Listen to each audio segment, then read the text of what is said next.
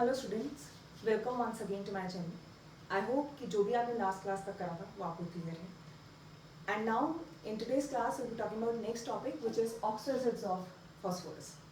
Now, as far as this topic is concerned, this is extremely important from your objective point of view. Objective point of view से भी important है और आपके boards में भी इस पे 1 मार्क क्वेश्चन ऑलमोस्ट बेस्ड होता है. Alright? So we will be talking about oxo acids of phosphorus. अब सबसे पहली चीज यहाँ पे मैंने कुछ एसिड्स लिखे हैं. आई hope you can see all of them. पहली चीज तो ये है कि आपको इसके नाम याद करने हैं. So I am leaving this task to you. You must know the names of all these acids. इसमें से कुछ है, जैसे ये है, this is phosphorous acid, this is phosphoric acid. ये आपको कॉमनली पता है, लेकिन you must know the names of all other acids also. Alright. दूसरी इंपॉर्टेंट चीज है, इसमें आप जब भी ऑक्सी एसिड्स की बात करते हो तो आपको 3 चीजें पता होनी चाहिए. एक, you must know its structure, how to draw its structure. दूसरा, आपको यहाँ से बेसिसिटी निकालनी आनी चाहिए. आई होप यू नो कि एसिड्स के लिए we talk about basicity, that is number of replaceable H positive ions. तीसरा, आपको यहाँ से ऑक्सीडेशन स्टेट निकालनी आनी चाहिए. And fourth, you must know whether this can behave as reducing agent or not. So अगर आप सिर्फ एक स्ट्रक्चर बना लो तो यहाँ से आप सब कुछ फाइंड आउट कर सकते हो. वी कैन फाइंड आउट कि इसकी बेसिसिटी क्या होगी, रिड्यूसिंग एजेंट की तरह एक्ट करेगा नहीं करेगा, और ऑक्सीडेशन स्टेट भी निकाल सकते हैं. Alright, so let's talk about this one by one. अब सबसे पहले अगर मैं H3PO2 को उठाऊं तो जो इंपॉर्टेंट चीज़ है वो ये है कि स्ट्रक्चर बनाने के लिए जब भी आप किसी भी ऑक्सी एसिड का स्ट्रक्चर बनाते हो तो इसके लिए आपको 2 कंडीशंस फॉलो करनी है. आप जो मर्जी समझ लीजिए, आप इसको कंडीशन समझ लीजिए, आप इसको ट्रिक समझ लीजिए, whatever you feel like. Right. तो ट्रिक क्या फॉलो करनी है आपको, ये कंडीशंस क्या हैं. पहली चीज कि जो फॉस्फोरस है उसके अराउंड 5 बॉन्ड्स होने चाहिए in total. Each phosphorus should have 5 bonds. Her phosphorus के आसपास 5 बॉन्ड्स होने चाहिए. और उन 5 बॉन्ड्स में भी कंडीशन क्या है कि it should have 1 p double bond O. उसमें से एक p डबल बॉन्ड O होना चाहिए. Now if it is p double bond O, now this will be considered as 2 bonds. आपने पढ़ा है छोटी क्लासेस में कि double bond is considered as 2 bonds. Alright. So now using these 2 conditions कि एक तो 5 बॉन्ड्स होने चाहिए और दूसरा p डबल बॉन्ड O होना चाहिए, इन कंडीशंस को यूज करके now we will move to the structure of these. Right. तो देखते हैं इसको हम कैसे बना सकते हैं. सबसे पहला देखिए, फर्स्ट मॉलिक्यूल है H3PO2. So if I have H3PO2, same story, 5 bonds होने चाहिए फॉस्फोरस के आसपास और एक p डबल बॉन्ड O होना चाहिए.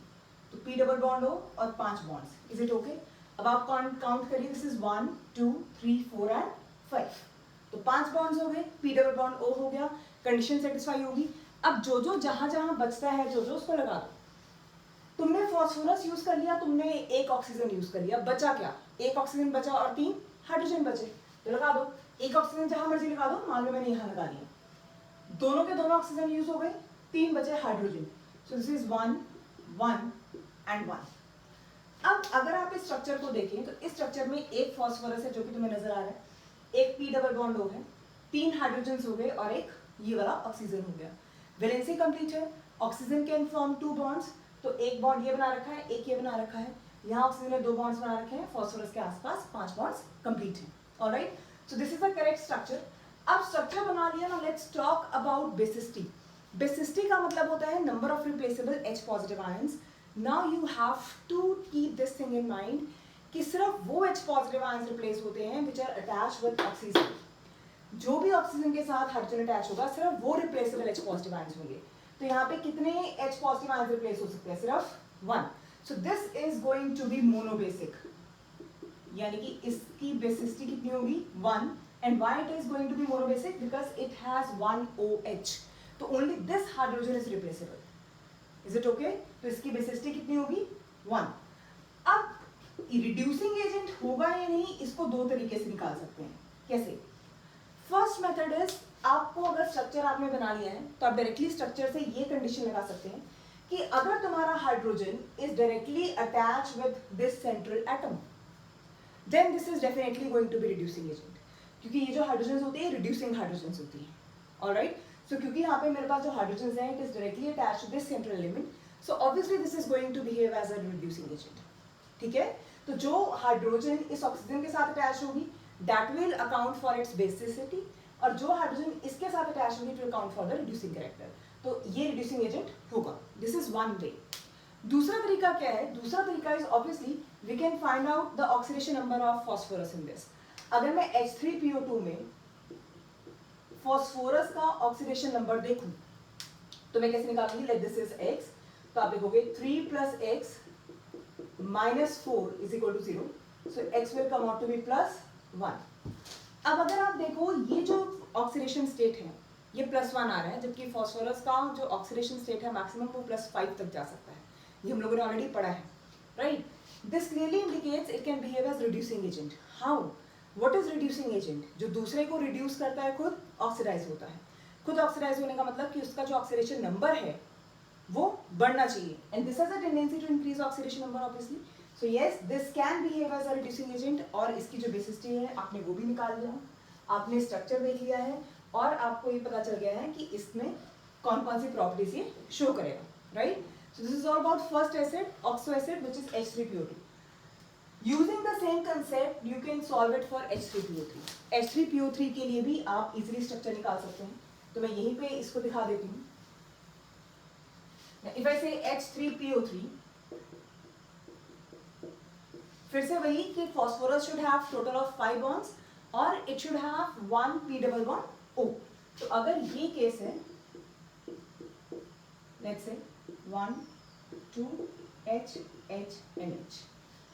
Now from this structure you could easily make it out कि यहाँ पे जो बेसिसिटी होगी वो कितनी होगी? This is going to be 2. 2 basicity का मतलब है this is going to be dibasic. Dibasic का मतलब है कि अगर आप इसको ट्रीट कराओगे किसी भी एसिड के साथ, राइट, सॉरी किसी भी बेस के साथ, तो उसके 2 मोल्स यूज होंगे. जैसे अगर मैं यहाँ पे NaOH के साथ ट्रीट कराऊंगी तो ये NaOH के साथ 1 मोल यूज करेगा, राइट? यहाँ पे NaOH के 2 मोल्स यूज होंगे. Is it okay? और ऑब्वियसली यहाँ पे भी एक हाइड्रोजन अटैच है, so this is again going to behave as, this will again behave as reducing agent. Why? Because यहाँ पे भी एक हाइड्रोजन डायरेक्टली इसके साथ अटैच्ड है. आप यहाँ से ऑक्सीडेशन नंबर फाइंड आउट कर सकते हैं. अगर मैं ऑक्सीडेशन नंबर की बात करूँ, so let this is x, तो तुम लिखोगे 3 + x ± 6 = 0, so x will come out to be +3. तो यहाँ पे भी इसका ऑक्सीडेशन स्टेट +3 है, तो ऑब्वियसली इसका ऑक्सीडेशन स्टेट फर्दर इंक्रीज हो सकता है. So yes, it can behave as good reducing agent. Now let's move to the next acid, which is H3PO4. ये एक ऐसा एसिड है जिससे आप बहुत फैमिलियर हैं, राइट? अब H3PO4 में this is called as phosphoric acid obviously. फिर से वही अगर मैं कंडीशन लगाऊं 5 बॉन्ड्स, 1 p डबल बॉन्ड हो, तो मेरे पास ऐसा स्ट्रक्चर बनेगा. Now from this structure you can very well see कि इसकी जो बेसिसिटी होगी वो कितनी होगी? This is going to be 3. And how it is going to be 3? Because I have 3 replaceable H positive ions. Now, from the structure, can you predict whether it will behave as reducing agent or not? क्या ये reducing agent की तरह behave कर सकता है? तो आपका answer आएगा ये reducing agent की तरह behave नहीं कर सकता. Very good. क्यों नहीं कर सकता? क्योंकि आप देख सकते हैं यहाँ पे कहीं भी hydrogen is not directly attached to phosphorus. जो हाइड्रोजन है वो कहीं भी फॉस्फोरस से अटैच नहीं है. दूसरा, you can also give me its explanation on the basis of the oxidation number. कैसे? अगर मैं यहाँ पे इसका ऑक्सीडेशन नंबर निकालूं तो तुम लिखोगे 3 + x ± 8 = 0, so x is going to be +5. Now this is a maximum oxidation state जो फॉस्फोरस गेन कर सकता है. अगर ये मैक्सिमम ऑक्सीडेशन स्टेट है तो यहाँ से ये सिर्फ जो है वो डिक्रीज हो सकता है, ये बढ़ नहीं सकता, राइट? तो अगर इसका ऑक्सीडेशन नंबर सिर्फ डिक्रीज हो सकता है, this means we can say कि this can behave only as oxidising agent. Now this can not behave as reducing agent. Is it okay? तो अब आप प्रेडिक्ट कर सकते हैं. Now before I clear this, यहाँ पे एक इम्पॉर्टेंट चीज है इस एसिड को लेके, वो ये कि बहुत बार कंपटीशन में क्वेश्चन आता है कि H3PO3 की molarity is 2 molar, suppose find normality. अब सब बच्चों को ये पता है कि जो नॉर्मेलिटी होती है वो होता है molarity into n factor, where this n factor is basicity. अगर आप एसिड की बात करो तो यहाँ पे जो कॉमन मिस्टेक होती है वो ये होती है कि जो बच्चे हैं वो यहाँ पे n फैक्टर को 3 लिख के आते हैं, ये सोच के कि यहाँ पे 3 है. This is a common mistake which the students do, and that is why this is commonly asked. चाहे वो H3PO2 में आपसे पूछ ले, चाहे वो H3PO3 में पूछ ले, दोनों केसेस में बच्चे यही गलती करके आते हैं कि जैसे H3PO4 में n फैक्टर 3 है तो इसमें भी n फैक्टर 3 होगा. So you have to remind this, आपको ये चीज अपने दिमाग में रखनी है कि इस केस में n फैक्टर 1 है और इस केस में n फैक्टर 2 है. ऑल्दो यहाँ पे 3 हाइड्रोजन है लेकिन ये तीनों के तीनों हाइड्रोजन रिप्लेसेबल नहीं है. So this is very important. इस चीज पे ही कंपटीशन में क्वेश्चन आता है जनरली, राइट. और एक पहले ट्रेंड था आज से 2-3 साल पहले कि मैच द कॉलम की फॉर्म में डिफरेंट एसिड्स आते थे, इनकी बेसिसिटी के अकॉर्डिंग आपको इसको मैच करना होता था. तो उसमें क्या होता था, उसमें आपको एसिड का नाम दिया होता था, आपको एसिड का फॉर्मूला नहीं दिया जाता था. तो ये चीज आपको ध्यान में रखनी है कि आपको इन सब ऑक्सो एसिड्स का नाम जो है वो याद होना चाहिए. Now let's move to next acids. Next oxo acid की बात करते हैं. सो यहाँ पे आपने देख लिया कि इसकी बेसिसिटी इज 1, इसकी बेसिसिटी इज 2, इसकी basicity is 3. Let's talk about H4P2O5. अब अगर मैं H4P2O5 की बात करूं तो H4P2O5 इसका अगर मैं स्ट्रक्चर बनाने की कोशिश करूं तो लॉजिक फिर से वही है कि आपको फॉस्फोरस के अराउंड 5 बॉन्ड्स रखने हैं and it should have minimum of 1 p double bond O. So keeping this in mind, let's say I have 2 phosphorus, double bond O, double bond O. Is it okay? Now let's try to complete whatever we have. 2 phosphorus थे, दोनों के दोनों मैंने use कर लिए. अब आपको ये चीज याद रखनी है कि जो भी आप बांटोगे वो दोनों में इक्वली बंटेगा, राइट. तो ऑक्सीजन जो है वो 5 है, 2 मैंने दे दिए, एक एक इनको और मिल सकता है, और जो एक ऑक्सीजन है इनको शेयर करना पड़ेगा. There is no other option. Is it okay? 4 hydrogen है, 1 2 3 4. So whatever you have to distribute, you have to distribute it equally, वरना लड़ाई झगड़ा हो जाएगा. ठीक है, सबको इक्वली डिस्ट्रीब्यूट करना है. अब this is the structure of H4P2O5. अब आप यहाँ से इजीली मेक आउट कर पा रहे हैं कि यहाँ पे n factor is again going to be 2. यहाँ पे भी जो मेरा n फैक्टर है वो कितना है, 2 है. मतलब this is again what, this is again di basic, right. दूसरा, obviously this is going to be reducing. Why this is going to be reducing? क्योंकि इस केस में भी जो मेरा हाइड्रोजन है it is directly attached to that of phosphorus. अब तीसरा है इसका ऑक्सीडेशन स्टेट. अब अगर मैं H4P2O5 की बात करूं, देखिए इसमें ऑक्सीडेशन स्टेट कैसे निकलेगा. This will B 4 + 2x - 10 = 0. So 2x will come out to be +6 and x will come out to be +3. तो यहाँ पे जो ऑक्सीडेशन स्टेट है वो +3 आ रहा है, देखिए आप लोगों ने. अब इन तीनों में आपने देखा था कि कोई एक ऐसा था जिसका ऑक्सीडेशन स्टेट +3 आ रहा था, और वो कौन था? वो ये था. H3PO3 में इसका ऑक्सीडेशन स्टेट +3 था. अब मेरा अगला सवाल तुमसे ये है कि क्या इस H3PO3 का इस H4P2O5 से कोई रिलेशन है?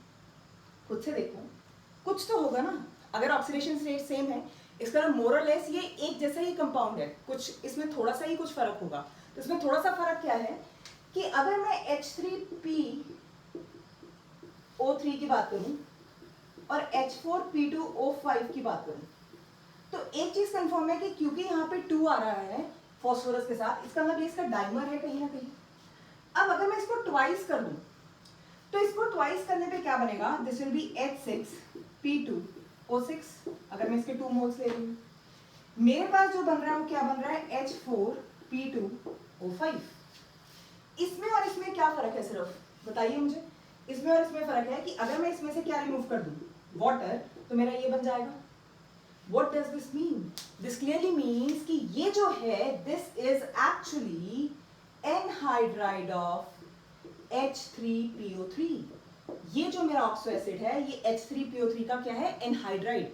तो एनहाइड्राइड कैसे बनाते हैं? आप मोल्स डबल कर दीजिए उस पर्टिकुलर कंपाउंड के और उसमें से वाटर निकाल दीजिए बाद में.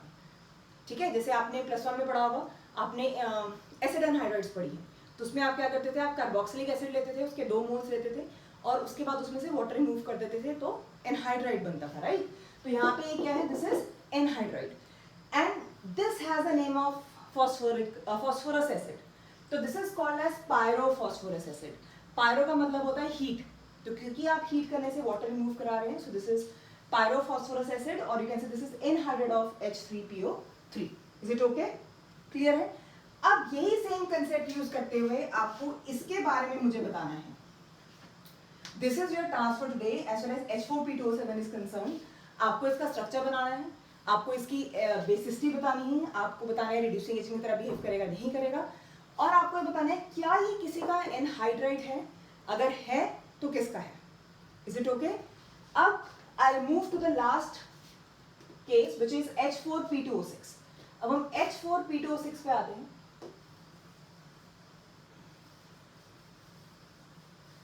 अब H4P2O6 में भी वही से आपको देखना है,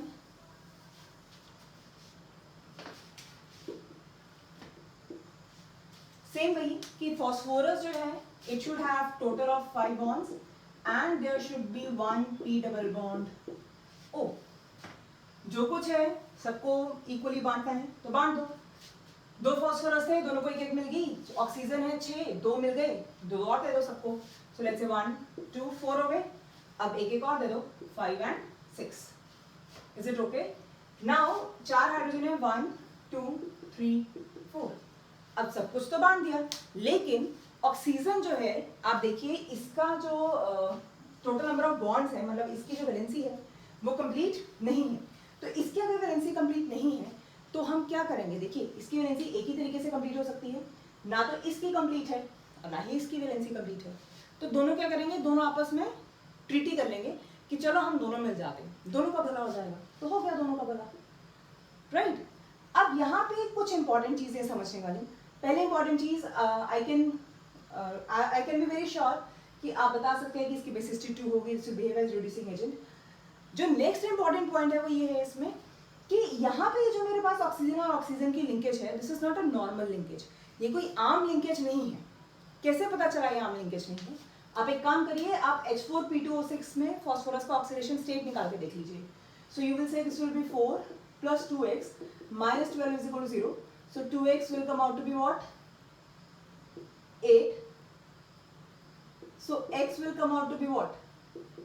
Plus 4. ये आया? बताइए, ये आ गया ना? अब यहाँ पे जो फॉस्फोरस है उसका ऑक्सीडेशन स्टेट +4 आ रहा है। अब ये जो लिंकेज है, इंपॉर्टेंट चीज ये है कि आपने देखा था कि जो ग्रुप 15 है उसकी जो ऑक्सीडेशन स्टेट्स होती हैं वो +3 +5 +1 ऐसी स्टेट्स होती हैं। ये करा था ना हम लोगों ने। तो दिस क्लियरली मीन्स कि ये जो स्टेट है +4 वाला, it is not that favourable, ये वो उतना फेवरेबल स्टेट नहीं है। तो एक्चुअल में ये +4 स्टेट नहीं होता, ये एक्चुअल में स्टेट कितना होता है? ये एक्चुअल में +3 ही होता है। एंड रीजन बीइंग ये जो लिंकेज है दिस इज परऑक्साइड लिंकेज। ये कौन सी लिंकेज है? This is peroxide linkage. तो परऑक्साइड लिंकेज का मतलब क्या है कि मेरे पास ये आयन है, ये आयन का मतलब है कि 2 ऑक्सीजन ऐसे हैं which will share -1 each rather than -2। तो -1 है ये -2 के बदले में। तो अब अगर आप पुट करेंगे this will come out to be +3 for each phosphorus. Is it okay? So this is all about oxo acids of phosphorus. ये इंपॉर्टेंट है आपके ऑब्जेक्टिव पॉइंट ऑफ व्यू से, ये इंपॉर्टेंट है आपके 1 mark question point of view से, और ये किसी ना किसी फॉर्म में आपको कंपटीशन में जरूर पूछा जाएगा, चाहे वो मोलैरिटी या नॉर्मेलिटी का कंसेप्ट लेके पूछ लिया जाए, चाहे वो ऑक्सीडेशन स्टेट्स का कंसेप्ट लेके पूछ लिया जाए, चाहे वो एनहाइड्राइड्स की फॉर्म में पूछ लिया जाए, right? So this is extremely important topic as far as group 15 के compounds were concern. This is all for today. I hope you like the video. In case you have any doubts and problems, do ask me, and if everything is clear to you, then do answer whatever is being asked for this in the comment box. This is all. Thank you so much. Stay home, stay safe and stay blessed. Thank you, beta. God bless you.